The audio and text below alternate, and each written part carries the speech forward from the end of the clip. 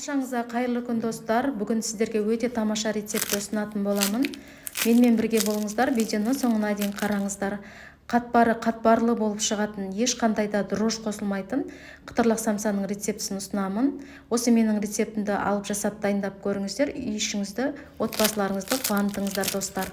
Мені 1-ден 10-ға дейін бағалап жіберіңіздер.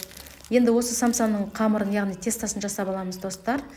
Біз ыдысымызға қолымыз күймейтіндей жылы суымызды құйып, тұзымызды салып, тұз ерігенше араластырамыз достар. Соңында ұнды салып, қамыр илейміз. Қамырды илеген кезде толықтай иігі қану керек, және де қаттылау болу керек.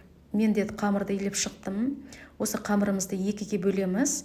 Екіге бөліп, суала қылып жасап аламыз достар. Бірінші қамырымызды жайған кезде өте жұқа қылып жаямыз. Жұқа болған сайын самсамыз өте қатпарлы әдемі болып шығады достар. Мен бірінші қамырды толықтай жайып шықтым, өте жұқа қылып.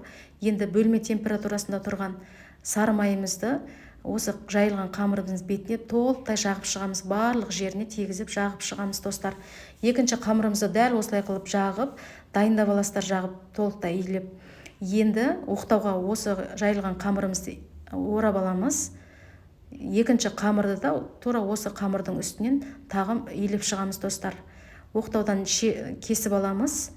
Толықтай кесіп болғаннан кейін, шешіп алғаннан кейін қамырымызды екіге бөлеміз толықтай. Екіге бөлінген қамырдың өзінде ортасынан тағым бөліп шығамыз, бір-біріне біріктіріп. Енді біз холодильникте 1 сағатқа қойып қоямыз. Қамырымыз кішкене қату керек. Енді ішіндегі салмасын жасайтын боламыз. Бізде тартылған ет және де кішкене құйрық майды қосып жібердім. Өте әдемі сочный болып шығады достар. Енді жуамызды бетіне торап шығамын толықтай. Сіздер өздеріңіздің қалауларыңызша приправаны қоссаңыздар болады. Менде тұз және де жіре, самсаға арналған приправа және де қара бұрышты салдым достар. Барлығын салып болғаннан кейін осы пиязымызды қолымызбен кішкене езіп тұрып согын шығарамыз достар. Салмасын жасап болдым достар мен. Енді бізде қамырымыз дайын болды, қатты болып шықты. Осы кесілген қамырдың өзін 3-ке бөлеміз достар. Енді соңында қалған бір қамырымызды кішкене бөліктерге бөліп, осы 4 бұрыш туралған қамырдың үстіне жабыстырып шығамыз достар. Дәл осы видеодағыдай жасап алыңыздар достар. Енді осы қамырымызды жаямыз, самсамыз түйеге келеміз достар.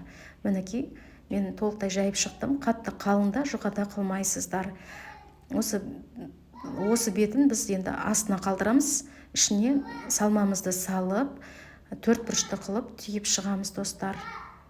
Мінекей, мен түйіп шықтым. Енді табамызға барлығын салдым достар. Бетіне жұмыртқаның сарысын ғана жағасыздар.